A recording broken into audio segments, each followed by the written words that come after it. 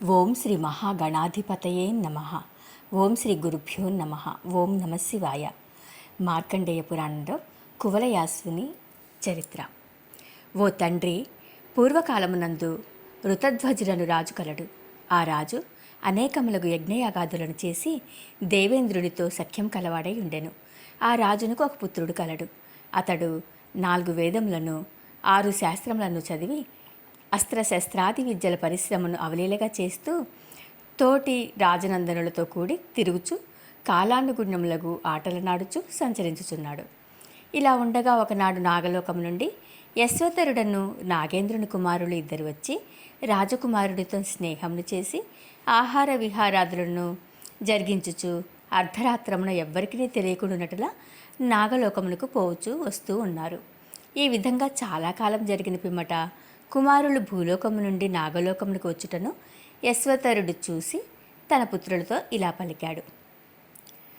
ఓ పుత్రరత్నములారా, మీరు భూలోకమునకు వెళ్ళి వచ్చుచున్నట్లు కనిపిస్తూ ఉంది. మీరు భూలోకమున ఎవరితో స్నేహమును చేస్తున్నారో చెప్పవలసిందని అడిగాడు. ఆ నాగపుత్రులు తండ్రికి వినయమున వందనాలను చేసి, ఓ తండ్రి, మేము భూలోకమునందు ఋతధ్వజుడను రాజపుత్రుడు శత్రజిత్తు అనువాడు కలడు. అతడు సర్వగుణ సంపన్నుడు, సకల విద్యా పారంగతుడు. అటువంటి వానితో స్నేహం చేయటం మంచిది అని మేము అతనితో స్నేహం చేసి నిత్యము అతడికి పోచున్నాము. అతని స్నేహం వలన మేము సకల విద్యలను అభ్యసించాము. అతని స్నేహం వలన భూలోకమునకు వెళ్ళి వస్తూ ఉన్నాము. అతని స్నేహం లేని ఎడల మా ప్రాణములు నిలువవు అని చెప్పగానే అశ్వతరుడు, ఓ పుత్రరత్నంలారా, శాస్త్రములు అభ్యసించిన వారు అనేకులు కలరు, సుగుణ సంపత్తి కలవారు అనేకులు కలరు. కానీ ఈ 2 గుణములను ఒక్కని ఎందు ఉండుట అరుదు. ఆ 2 గుణములు మీ స్నేహితు ఎందు కలవని వినుట చేత నాకు చాలా సంతోషం కలుగుతుంది. మీరు అతని వలన ఉపకారమును పొంది ప్రత్యుపకారం చేయకుండుట సాధుజన సమ్మతము కానేరదు. మీరు మన లోకములందు గల అపూర్వ వస్తువును వానికి ఇవ్వవలెనని తండ్రి చెప్పగానే కుమారులు ఇలా చెప్తున్నారు. ఓ తండ్రి, ఆ రాజపుత్రుడు అష్టైశ్వర్య సంపన్నుడు. అతనికి ఇవ్వదగిన వస్తువులు మన దేశమున ఏవీ లేవు. అతని సాహస గుణములను చెప్తున్నాము వినుము అంటూ ఇలా చెప్తున్నారు. ఆ రాజపుత్రుడు ఒకనాడు గాలవముని ఆశ్రమను పాడు చేయుచున్న రాక్షసుని సంహరించడానికి కోరబడి వెళ్ళి ఆ ముని వలన కువలయాశ్వమును పొంది ఆశ్రమమునకు వెళ్ళాడు. ఆ గుర్రము నదీ పర్వతములు సహితము అవలీలగా దాటగలదు. అంతరిక్షమునందును స్వేచ్ఛగా సంచరిస్తుంది. ఆ గుర్రాన్నెక్కి ఆశ్రమమును సంరక్షిస్తూ ఉండగా ఆ రాక్షసుడు పంది రూపమును దాల్చి ఆశ్రమ సమీపానికి వచ్చాడు. అది రాజపుత్రుడు చూసి కువలయాశ్వమును రాక్షసుని మీదకు త్రోలి అతనిని అర్ధచంద్రాకార బాణంతో కొట్టాడు. ఆ దెబ్బకు శూకర దానవుడు తాళలేక అడవిలోనికి పారిపోయాడు. దాని వెంట తరుముచు రాజపుత్రుడు కూడా వెళ్ళాడు. ఈ విధంగా శూకర దానవుడు అనేక యోజనములు పరిగిడి పర్వత గుహలో దూరాడు. కువలయాశ్వముతో కూడా రాజపుత్రుడు వెళ్ళాడు. ఆ గుహలో దూరిన రాక్షసుడు ఎచ్చటను కనపడలేదు. కానీ ఆ సమీపమునందు పాతాళ లోకము కనపడింది. అచ్చట స్వర్గపట్టణముతో సమానమగు పట్టణం కనిపించింది. అందు వెళ్ళి చూస్తుండగా పూల తోట యందు తిరుగుచున్న కన్యారత్నం కనిపించింది. ఆమె ఏమీయూ పలుకకపోచుండెను. ఆ కన్యను చూసి కువలయాశ్వుడు మదనపీడితుడై గుర్రమును దిగి ఒక తాపున దానిని బంధించి తాను ఆమె వెంట వెళ్ళాడు. అచ్చట అలంకారయుక్తమైన మంచం మీద కూర్చుండి విచారించుచున్న ఒక కన్యను చూశాడు. ఆమె ఈ రాజనందనుని చూసి మోహావేశం కలదే ఇలా యోచిస్తూ ఉంది. ఆహా, ఈ పురుషుడు సామాన్యుడు కాడు, దివ్య లక్షణ సమన్వితుడై ఉన్నాడు. సిద్ధ, విద్యాధర, గంధర్వ, గరుడ వంశాదులందు ఉద్భవించి ఉండును. ఇతడు ఎందువలన ఇచ్చటికి వచ్చి ఉండును అని యోచించుచు మూర్ఛ పొందింది. కువలయాశ్వండును మధురపీడితుడై ఉండియు ధైర్యం కలవాడై, ఓ తరిణి, నీవు ఎందులకు బాధను పొందుచున్నావు? నీ అభీష్టమును నిరాటంకముగా నెరవేర్చి నీ దాసుడనై ఉండగలవాడను అని అనేక విధాలుగా చెప్పాడు. ఆ మాటలు మృదుమధురంగా హృదయానికి సంతోషమును కలిగించగా ఆ కన్య సిగ్గుగలదై సమీపం నందులు గల చెలికత్తెతో తన వృత్తాంతమును చెప్పమని సైగ చేసింది. అంతటా చెలికత్తె సర్వ వృత్తాంతమును తెలియపరిచెను. పిమ్మట ఈ విధంగా చెప్పింది.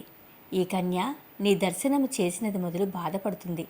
ఈమె స్వర్గలోకమున విశ్వావసుడను గంధర్వరాజు కుమార్తె. ఈమె పేరు మదాలస. సకల గుణ సంపదల వల్లను ఆ పేరునకు తగియున్నది. ఈమెను పాతాళకేతుడను రాక్షసుడు తీసుకుని వచ్చి ఇచ్చట ఉంచాడు. ఈమె విచారించుచుండగా ఆకాశవాణి మదాలసతో, నిన్ను కువలయాసుడు వివాహమాడునని చెప్పింది. పాతాళకేతుడు సూకర రూపమున నిన్నిచ్చటకు తీసుకుని వచ్చెను. నీవు మదాలసను వివాహమాడి ఈమె దుఃఖమును పోగొట్టవలసిందని చెప్పింది. కుండలి అని చెలికత్తె చెప్పిన మాటలు రాజనందనుడు విని సంతోషించి ఇలా చెప్పసాగాడు. అమ్మా కుండలాంబ, నేను ఋతధ్వజుడను రాజేంద్రుని పుత్రుడను. నన్ను శత్రుజిత్తని లేక కువలయాసుడని అంటారు అని చెప్పాడు. ఆ మాటలు మదాలస విని చాలా సంతోషించింది.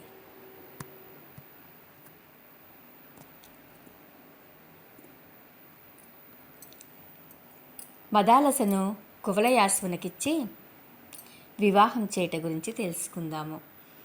మదాలస అనుజ్ఞ ప్రకారం విశ్వావసు అను గంధర్వరాజును తుంబురుని రప్పించి మంచి సుముహూర్తమున మదాలసను కువలయాశ్వునికిచ్చి వివాహం చేశారు. విశ్వావసు తుంబురులు బంధుమిత్రుల యుక్తముగా వివాహమును చేసి తన ఆశ్రమమునకు వెళ్ళారు. కుండలాంబ మదాలసను చూసి, అమ్మా మదాలస, నీ కోరిక నెరవేరింది. ఇంక నేను నా ఆశ్రమమునకు వెళ్ళదును. నీకు తగిన భర్త లభించింది. రాజపుత్ర, నీవు ఈ మదాలస యందు అనురాగం కలిగి ఉండవలనని చెప్పి తన ఆశ్రమానికి వెళ్ళింది.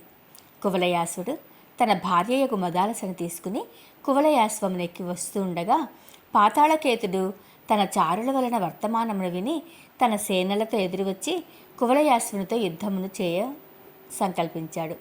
అతడు కువలయాశ్వుడు అంతటా రౌద్రాకారుడై ఆగ్నేయాస్త్రమును రాక్షసులను అందరినీ సంహరించగా పాతాళకేతుడు మృతి పొందాడు. వాని తమ్ముడు తాళకేతుడు మొదలగు వారు పారిపోయారు. అంతటా కువలయాసుడు శత్రు సంహారం చేసి తన భార్యతో రాజధానికి వచ్చి తల్లిదండ్రులకు భార్యా సమేతంగా నమస్కరించి జరిగిన వర్తమానమంతా చెప్పాడు. తల్లిదండ్రులు చాలా సంతోషించి వారిని ఆశీర్వదించారు. కువలయాసుడు భార్యతో సుఖముగా నుండి ప్రజలచే గౌరవింపబడుతున్నాడు. ఇట్లా కొంతకాలం జరిగిన పిమ్మట సూకర రాక్షసుని తమ్ముడు తాళకేతుడు వైరమైన కువలయాసుని మోసం చేసి మదాలసను అపహరించాడు అని అశ్వతరుని కుమారులు చెప్పారు. ఆ మాటలకు అశ్వతరుడు చాలా విచారించి తన కుమారులను భూలోకమునకు పంపించి కువలయాసుని రప్పించి తన తపోమహిమచే మదాలసను తెప్పించి కువలయాసునికి ఇచ్చాడు.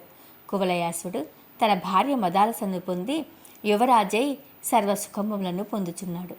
ఇట్లా చాలా కాలం జరిగిన పిమ్మట ఋతధ్వజుడు కువలయాశ్వునకు రాజ్యభారమును అప్పగించి తాను కూడా భార్యా సమేతంగా తపోవనమునకు వెళ్ళాడు. ఓం నమః శివాయ.